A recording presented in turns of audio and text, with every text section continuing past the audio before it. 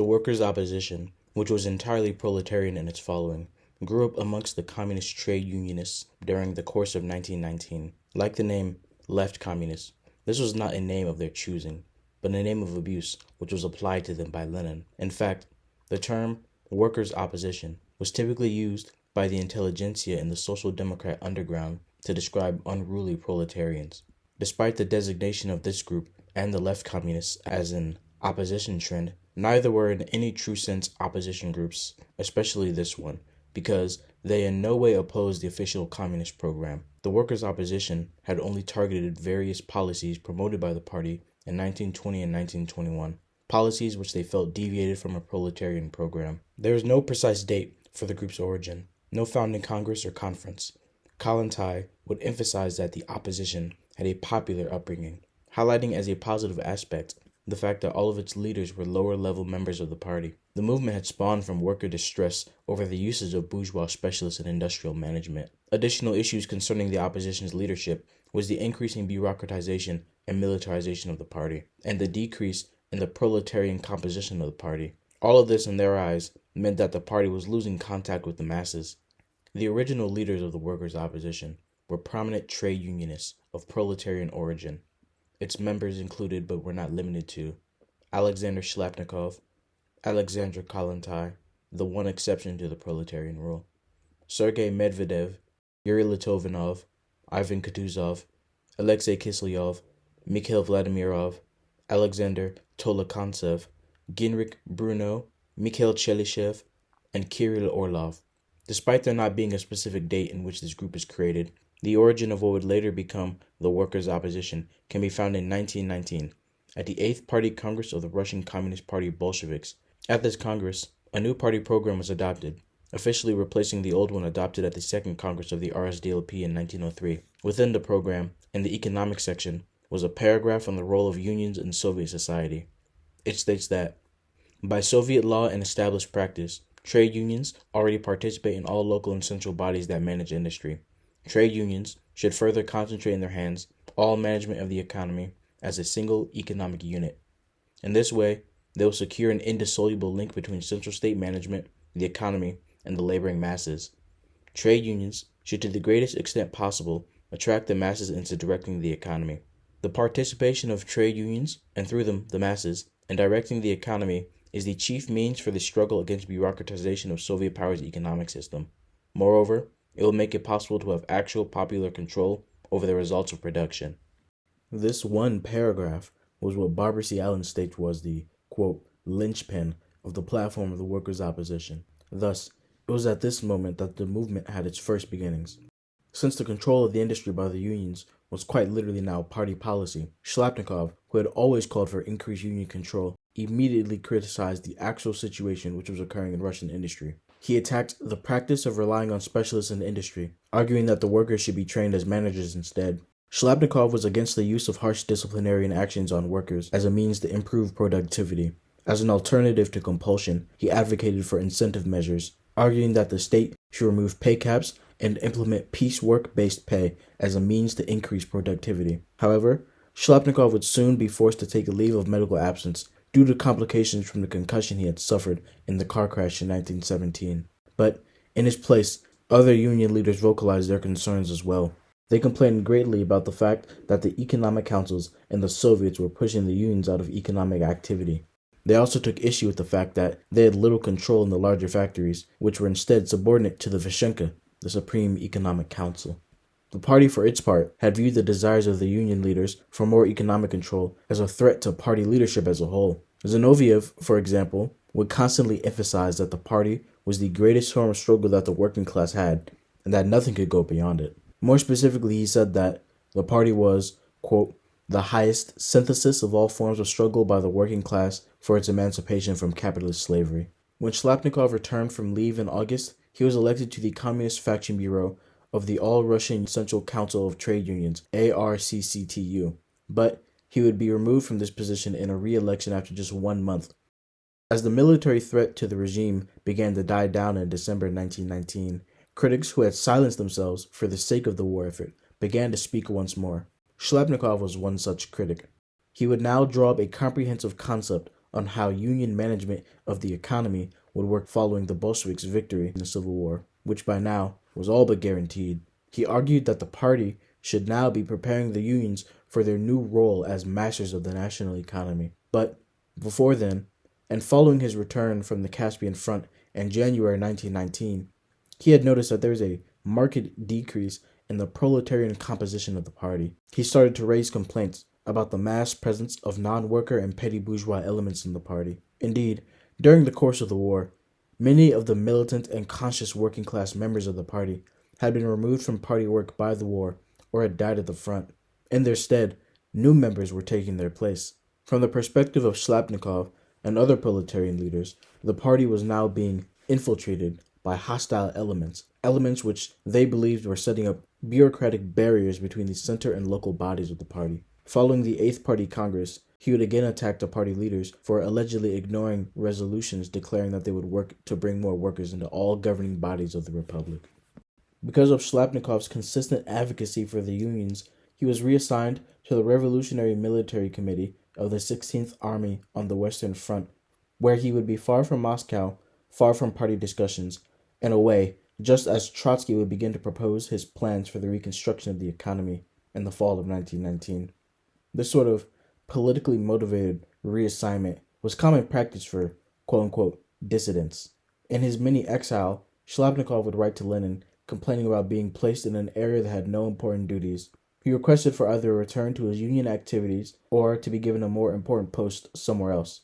In December 1919, Trotsky's infamous proposal for the militarization of labor was published in Pravda, either accidentally or on purpose. Regardless of how the information was leaked, it caused a big stir in the party, especially amongst the trade unionists who had aligned with Schlapnikov's positions. Trotsky's plan was to use military units as well as military methods of labor discipline in order to increase productivity and aid in the reconstruction of the shattered economy. Rather than demobilize the army, he felt they should be made use of in labor detachments. Trotsky would write, "If we seriously speak of planned economy, which is to acquire its unity of purpose from the center, when labor forces are assigned in accordance with the economic plan at the given stage of development, the working masses cannot be wandering all over Russia. They must be thrown here and there, appointed, commanded, just like soldiers. Without this, under conditions of ruin and hunger, we cannot speak seriously of any industry on new foundations." At the same time, Trotsky would speak of subordinating unions to a centralized apparatus, using them as a medium to enact labor compulsion. For Trotsky, the purpose of unions in a post-revolutionary society was no longer for economic struggle, for workers to struggle for better conditions, but rather, he believed that their new purpose should be to educate and discipline the working class. In late December, Schlapnikov returned to Moscow from his station with the 16th Army on the Polish border. He met with other union leaders to discuss plans for a greater union role in the organization of the economy. Much of the proposals that Schlapnikov would offer had been long in the making.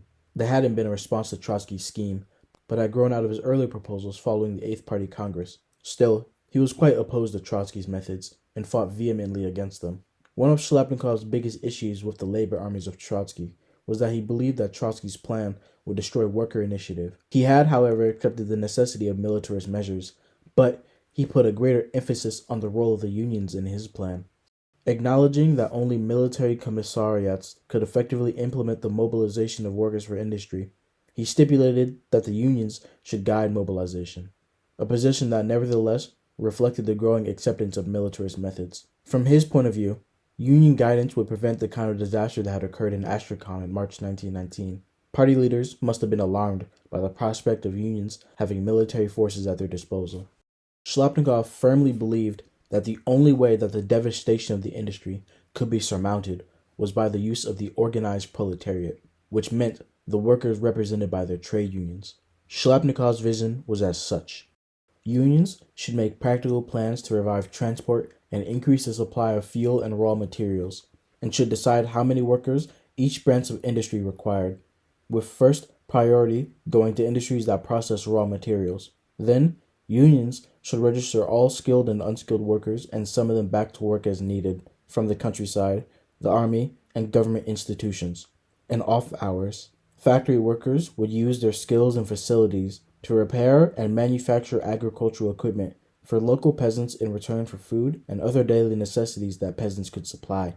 His proposals for supplying workers by means of horizontal economic relationships with peasant producers ran contrary to the trend promoted by the party of the centralized direction of the economy. Schlapnikov envisioned an economy that had a great deal of union involvement. He called for the Supreme Economic Council to be made up of only union leaders, describing an economic scenario where unions would, quote, take over state economic bodies at all levels, direct state policy, and implement it within enterprises. His proposals had essentially been calling for a separation of the party from union activities. More specifically, he had actually called for a three-way separation of powers between unions, the party, and the Soviets. Schlapnikov was by no means anti-party. In his own words, he greatly valued the ideological guidance of the party, but he felt that the unions, and specifically worker communists, should be the ones to operate as organizational leaders as opposed to the intelligentsia, which he had grown greatly suspicious of during his time as an underground worker Bolshevik. Schlapnikov's views were not very popular in the upper echelons of the party. Trotsky's proposal for economic construction would be the program which the Bolshevik party would adopt. Some union leaders did support Trotsky's plan, as well as Lenin's call for one-man management, but the majority were against them. Even though the union leaders were united in their opposition to Trotsky, they were not united in their proposals. For example, Tomsky, who was the leader of the Council of Trade Unions, despite favoring the collegiate principle, thought it was too soon for workers' control to be implemented. It was his moderate stance of a hybrid between one-man management and collegiate control which would win the support of most union leaders. When the Third Congress of Trade Unions was convened, Schlapnikov's stances had found little support when he delivered his proposals in a speech. Barbasialan writes, assigned to speak on the narrow topic of professional technical education for workers, Schlapnikov stubbornly insisted on delivering an ambitious speech on the union's cultural educational activity, which seems to have addressed the relationship between unions, Soviets, and the party, and which called for the party not to interfere in union organizational matters. Only Schmidt supported him, while the majority voted to limit him to the narrower topic. The vote reflected disagreement with his position, as well as fear of the Politburo's likely reaction. Despite their caution and tact towards party leaders, VTSSPS leaders soon found that the Central Committee insisted on asserting its leadership over the unions by postponing the Trade Unions Congress until after the Party Congress. In this manner, the party could present communist trade union leaders with decisions that they would have to accept. Fearing a confrontation, the All-Russian Central Council of Trade Unions leaders asked and received the Politburo's permission to push Tomsky's proposals at individual trade union congresses. The party leaders took steps to ensure that their line would prevail among trade union leaders by sending CC members, Bukharin and Radek, to work in the All-Union Central Council of Trade Unions. But Shlyapnikov would remain adamant in his proposals, to the ire of the party leadership. As I said before, they made sure to keep him away during the discussion of Trotsky's plan for labor armies. They kept him on the Revolutionary Military Committee of the 16th Army. When he had requested for medical leave, it was denied. And in March, right before the upcoming party congress, he would be sent abroad on a trade union delegation to Western Europe, once more removing him from the political scene. Some had argued that this was a deliberate act to keep Schlapnikov from the center of the debate, but two of his union allies, Litvinov and Krastinsky, stated that he had gone on this trip willingly, although Kamenev had also apparently stated that he had been exiled for syndicalist tendencies. Regardless of whatever the truth of the situation was, Schlapnikov had placed a great importance on the establishment of ties with the Western European trade union movement. So, although it seems that he was being sent away, Schlapnikov instead saw an opportunity and placed more importance on this trip than he had on the conference. In his absence, his trade union allies would hold up the banner of the collegiate principle and union control. His partners were Sergei Medvedev, Yuri Litvinov, Ivan Kutuzov, and Alexei Kislyev, experienced revolutionaries and comrades who he had known for years. In March, they began to argue for Schlapnikov's proposals at party and union meetings. During these meetings, the air was quite contentious, and both sides levied heavy charges at each other. According to Barbasialan, Kamenev chided them for aiming to limit the party's power. Central Committee members confronted Schlapnikov's allies at a VTSSPS meeting scheduled to discuss one-man management versus the collegial management of industry. Although Tomsky and his supporters claimed to represent the mainstream trade union opinion, Krastinsky and Radek from the Central Committee chose to attack Schlapnikov's views, which they insisted carried more weight among trade unionists. Warning that workers feared that the old order was being reestablished, Kiselev bluntly declared that he had seen lords occupying the highest party posts in the provinces. He asserted that the revolution would fail if workers were not allowed to speak their minds. Recalling that no one had attacked the unions when they were needed to fight the Civil War, Kutuzov bitterly complained that the trade unions became weak because they gave up much to defend the revolution. He asserted that the trade unions and factories were deprived of their best personnel, who were sent to fight on the front and perish, while the less trustworthy remained in the center to put their stamp on policy directed towards destroying unions. Medvedev called for the promotion of qualified workers to management positions, adding that worker hostility was growing towards specialists and administrators appointed from above. The responses of Central Committee members were extreme and scathing. Bukharin criticized Shlyapnikov's proposals to hand over the management of the economy to the trade unions as heretically non-Marxist, arguing that there would be no trade unions in communist society. When the Ninth Party Congress came in spring that year, union leaders were given the opportunity to present their case. The main speakers were Lutovanov and Tomsky. Lutovanov, who despite being Schlapnikov's ally, was not fully sold on Schlapnikov's positions. Still, he would present Schlapnikov's theses titled On the Relations Between the Russian Communist Party, the Soviets, and the Production Unions at the Ninth Party Congress while he was away on his trip to Western Europe. In his first 5 theses, Schlapnikov writes, 1. The 3-year experience of the Russian Revolution shows that the singular force consciously fighting for the organization of society on communist foundations is the proletariat. 2. The rural commodity producer, likewise the poor peasants and the middle peasants, and also the urban artisan, have supported the proletariat in its struggle against the landowner and the large capitalist. But since, according to their position, they are property owners, their support has been found and is found now in a state of constant fluctuation. Only the direct threat of a relapse to the past has restrained and is restraining these masses from direct betrayal of the cause of the proletarian revolution. 3. As a privileged estate in Russia, in relation to the repressed worker and peasant masses, the intelligentsia, throughout imbued with the ideas and system of the ruling exploiter class, has met the emancipatory struggle of the proletariat in an openly hostile manner, has refused any cooperation with it, and in significant part went over to the side of the counter-revolution. Only thanks to the long and tenacious struggle has the proletariat succeeded in attracting part of it to participation in construction. 4. In the process of armed struggle and creative construction, the working class has been defined as the only class capable of managing industry and the state, and likewise to defend its homeland in an organized manner from class enemies.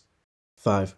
In its struggle, the proletariat has created 3 forms of political and economic associations: the Russian Communist Party, Soviets of Workers and Peasants, and Production Workers' Trade Unions. On the unions, he writes, in the process of struggles for the seizure of industry and management of it, the Russian proletariat created numerous associations of workers in the form of production unions, unifying all workers occupied in production without exception. Production associations, in the countenance of all their unions, central committees, and the All-Russian Central Council of Trade Unions, recognize, for the RKP political and economic leadership, reject the independence of the trade union movement from the political party, under whichever slogan this would be carried out: equality, self-sufficiency, anti-stateness, and so forth. The program of the RKP, in part concerning the emancipation of the trade unions from a narrow guild mentality, has been fulfilled. The whole trade union movement is included in the production framework. All workers, independent of their professions, are members of the unions. Within his theses, he also attacked the work of the Central Committee. He wrote that the CC needed to act within accordance of the new program of the RCP. He complained that the CC often made decisions without the VTS-SPS, that the new party needed to operate in conjunction with the mass organizations, but not over their heads. He described several functions that it needed to participate in if it truly wanted to workerize the party. He also alleged that the present Central Committee was not capable of, quote, conducting complex party work, and called for the creation of a more efficient Central Committee. At the Congress, the party did not even engage with any of Schlapnikov's critiques or proposals. They simply denounced them. The only change that was made as a result of Schlapnikov's theses was a revision to the section on the unions which Schlapnikov had constantly cited. The paragraph had now been removed entirely. And to really rub in the salt, the Russian Communist Party sent new staff into the unions in a total reversal of Shlyapnikov's call for more worker communists in party and government. Schlapnikov returned to Russia in August, but left once more for a trade union congress in Copenhagen. In his absence, another controversy would erupt. Trotsky had been delegated to rectify the issues that was plaguing the Russian transport system. Once in control, he promptly organized all political activity along military lines and established the Chief Administration for the Lines of Communication, Glavpolitput, an entity which operated on a military-type chain of command. He then discarded all of the old members of the railway union.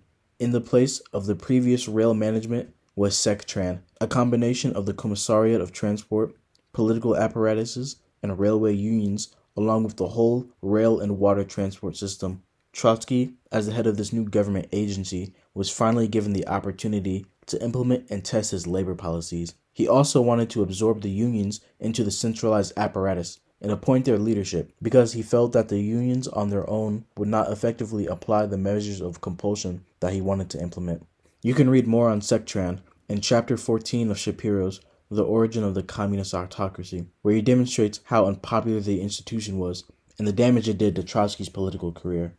In Schlapnikov's absence, it was up to Lutovanov to represent the yet-named opposition. By this time, Lutovanov had taken a far more radical stance than he had in March, and according to Barbara C. Allen, his criticism was so thorough it was never published in its entirety. In his speech, she states that he called for restoring leadership of the party to the Central Committee, rather than, as he implied, leaving it to the Politburo, allowing Soviets, party committees, and trade unions to work without interference from higher party bodies, and ending the practice of appointments of party and Soviet officials by central bodies. The criticisms and proposals advocated by Lutovanov and others were shut down by Lenin, who argued that such discussion was not proper in times of a military threat. Although Lutovanov's proposals were not received well, by this point, Trotsky's policies had been losing support, and thus, the future opposition now had an avenue to offer their own policy as a replacement. When Schlapnikov finally returned from his trade union journey, he and a myriad of other trade union leaders set to work creating a program to present at the 10th Party Congress in 1921. The platform that they created was endorsed by 38 trade union leaders on December 18th. The opposition argued that its program was based on adherence to the economic policies laid down in the new party program adopted at the 8th Congress. They argued that the militarization of labor had not allowed the unions to assume the role allotted to them by the party program, that instead they became marginalized. To reverse this marginalization, the union leaders called once more for the unions to take their role as masters of the economy, writing that the unions, quote, must concentrate in their hands all management of the economy as a unified economic whole. They wished for the unions to replace state bodies in economic management and act without the interference of the Vishenka. They proposed that at every level, union representatives were to be elected with higher and lower levels being responsible to one another, that management of the industry would be rationalized for each particular trade. The management bodies would be elected by manual laborers rather than appointed from above. Following Schlapnikov's belief that labor leaders should improve the lives of the workers and that the survival of the industrial working class was paramount for the construction of socialism, they proposed several measures to increase the workers' standard of living. One of those proposals was to ban payments in kind. The workers would still receive necessities like food and clothes, but these would not be substitutes for actual wages. Lastly, they called for abolition of payment of lunches for workers and their families, abolition of payment of baths, trams, theaters, and so on, abolition of payment for apartments, heat, and electricity. They also proposed that every party member be required to live and work for 3 months every year as an ordinary proletarian or peasant, engaged in physical labor as a means of maintaining the party's proletarian spirit. In response to this, Lenin argued that the economic program would be implemented, but only when the unions were ready.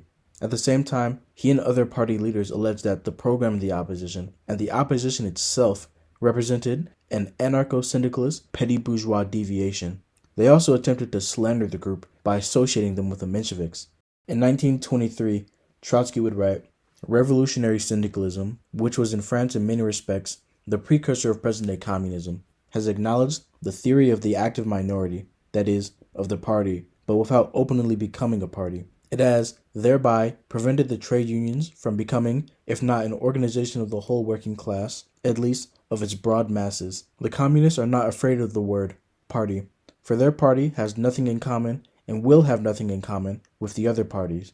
Their party is not one of the political parties of the bourgeois system. It is the active, class-conscious minority of the proletariat, its revolutionary vanguard. Hence, the communists have no reason, either in their ideology or their organization, to hide themselves behind the trade unions.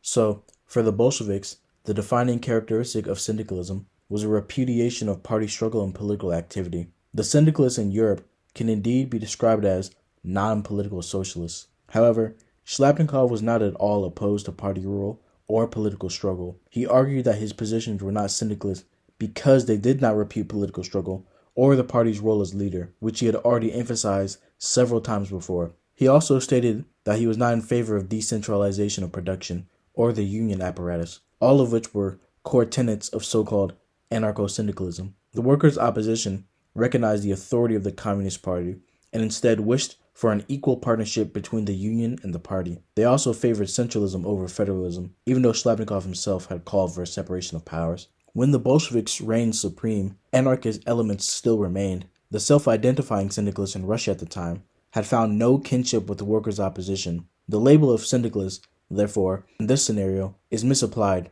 and much like how the term petty bourgeoisie is used, it was only a slander and not an accurate description. Schlapnikov would defend his positions further at the 5th All-Russian Conference of Trade Unions in November, when the issue of Sekran and the trade unions broke out after months of hostility to Trotsky's measures.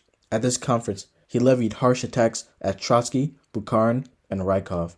Rykov and Trotsky he accused of wanting to increase personal power in their leadership positions in the Vyshenka and Sekran respectively.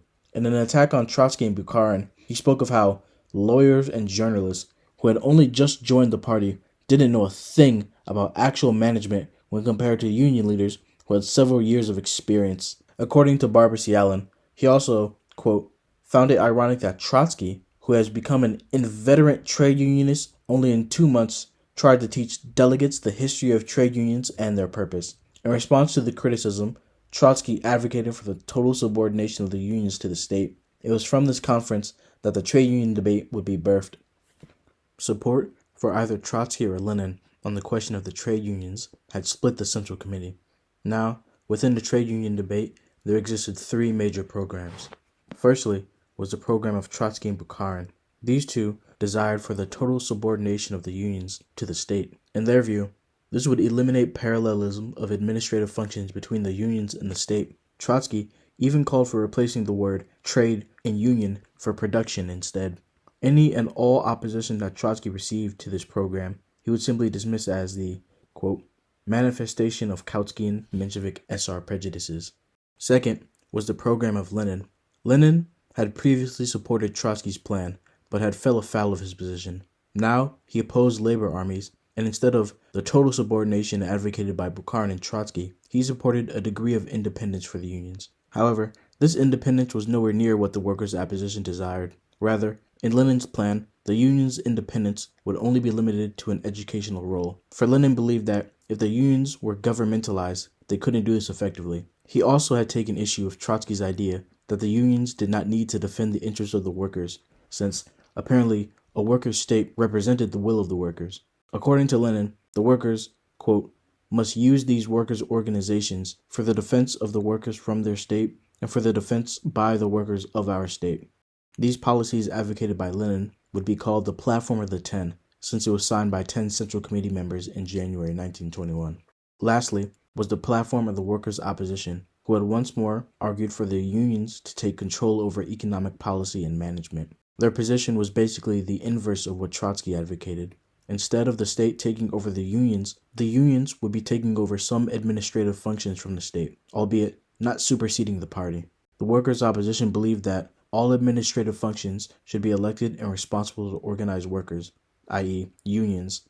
The trade union debate would officially open on December 24th at the 8th All-Russia Congress of Soviets, with the first factional clashes occurring on the 30th. Zinoviev presented and defended Lenin's position, the Platform of the 10. Schlapnikov, on the other hand, heatedly defended the workers' opposition and attacked the policy of Lenin and the Ten. Barbara C. Allen writes, Schlapnikov forcefully declared that the trade union debate boiled down to whether, during the transition to socialism, the Communist Party would put canonized bureaucrats and specialists in charge of implementing economic policy, or whether the party would implement economic policy directly through the workers, organized into unions. He asserted that to make unions into disciplinary bodies, as Lenin intended, was unnecessary because comrade courts could perform this role. Most radically, he concluded that the trade union crisis was part of a broader Soviet and party crisis, the resolution of which demanded a purge of the Central Committee at the 10th Party Congress. In order to gain support for the program laid down in December, the workers' opposition began a grassroots campaign amongst trade union members. In their theses written in December, they called attention to the previous party and trade union conferences that affirmed the importance of the trade unions in the Soviet economic sphere.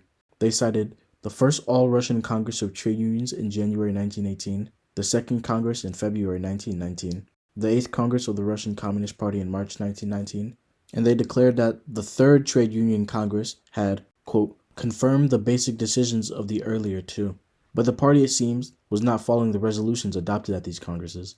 They state that the practices of party congresses and state organs for the past 2 years have systematically narrowed the scope of the work of trade unions and brought almost to zero the influence of workers' unions in the Soviet government. The role of trade unions in the organization and administration of production, in fact, has been reduced to the role of an office of inquiry and recommendation, placing staff in administrative posts. Between state organs and unions, there is no agreement, and conflicts overload party organizations.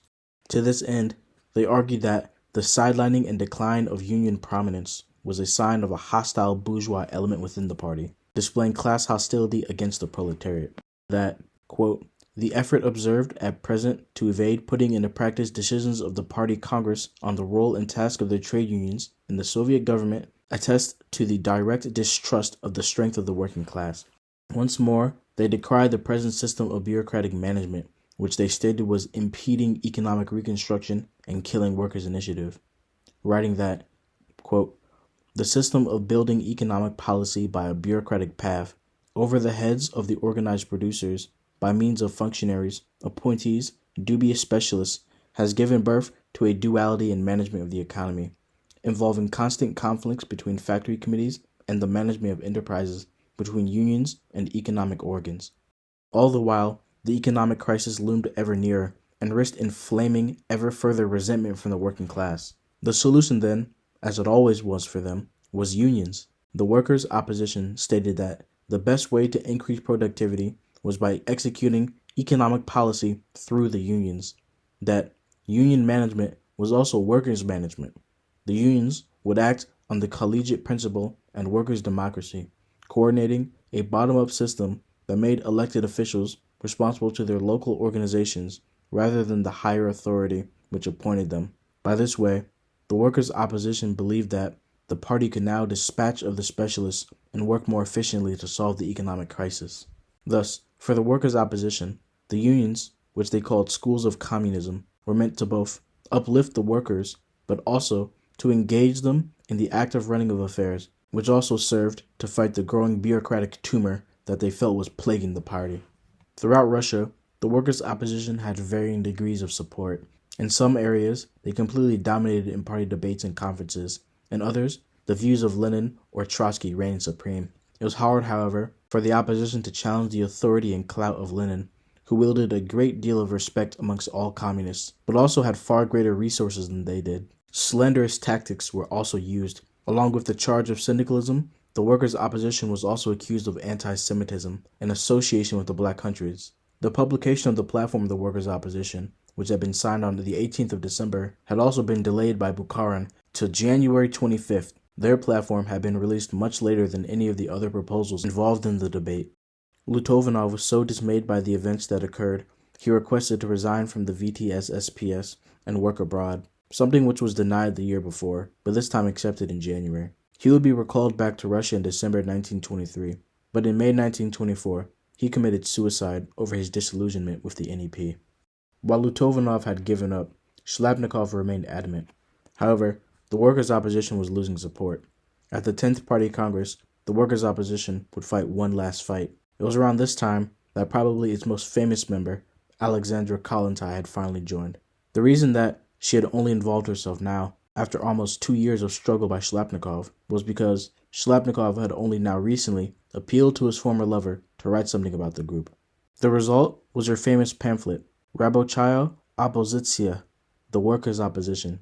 Initially, it was only intended for the delegates to the conference, but it was eventually smuggled out of Russia and translated into other languages. Interestingly enough, Schlapnikov and the rest of the Workers' Opposition did not endorse this document. Although her booklet restated most of their positions, the group's leaders said that her booklet did not represent them or their program. The leaders of the group only ever signed proposals that were published in Pravda. When asked to answer for the book at the party congress, Schlapnikov refused, stating that he had nothing to do with it. When compared to the language used by Schlapnikov, Kollontai's was far harsher, and it certainly only served to make the party push back on the Workers' Opposition even harder. Tragically, at the same time as she was distributing her booklet, the Kronstadt uprising occurred, giving the appearance that she and the Workers' Opposition were aiding counter-revolution. The party would then slander the Workers' Opposition by making connections between them and the Kronstadt rebels when there were absolutely none. In particular, it was Kollontai's book rather than any of the other proposals of the Workers' Opposition which was focused on. For the party, this book was evidence of a link between the Workers' Opposition and a supposed petty bourgeois anarchist counter-revolution. They would even go as far to claim that the book used the same slogans as the Kronstadt mutineers. Bukharin even alleged that the Workers' Opposition were complicit in peasant opposition to the regime. Members of the Workers' Opposition would assist in putting down the Kronstadt revolt, some quite enthusiastically, but in the end it didn't matter. The damage had already been done. At the 10th Congress, Lenin accused Shlyapnikov and the Workers' Opposition of disrupting party unity. He accused Kollontai of attempting to write a new party program, and exclaimed that for this crime that she deserved to be shot. Lenin's virulent attacks had such an effect that Kollontai was basically shunned, not just by the other delegates to the Congress, who were previously interested in reading her pamphlet, but also by Shlyapnikov and Medvedev, who renounced her pamphlet entirely. Medvedev stated that apparently he hadn't even read it. The 10th Congress would conclude with a ban on factions, and there also existed a secret clause that stated that members of the party could be voted out by a 2/3 majority if they participated in factionless activity. This ban on factions led to the subsequent death of the opposition, but only openly. The Workers' Opposition would continue to exist, but not as a declared faction. Privately, Schlapnikov and his comrades would crack jokes about the state of the party and criticize the direction which the Soviet state was going. The only reason that Schlapnikov would never join another faction was because he understood that the moment that you joined a faction, you would not be able to continue your criticism once that faction was defeated. But, for the time being, Schlapnikov was elected to the Central Committee and to the Central Purge Commission. Other former oppositionists were elected to local purge positions to get rid of, quote, petty bourgeois elements in the party. This likely satisfied some of them, since they had been the main ones calling for a purge in the party. The next time that we talk about the Workers' Opposition, it will not be about a group, but of some of the former members during their opposition to the new economic policy, and then their later deaths at the hand of the Soviet state. Thank you.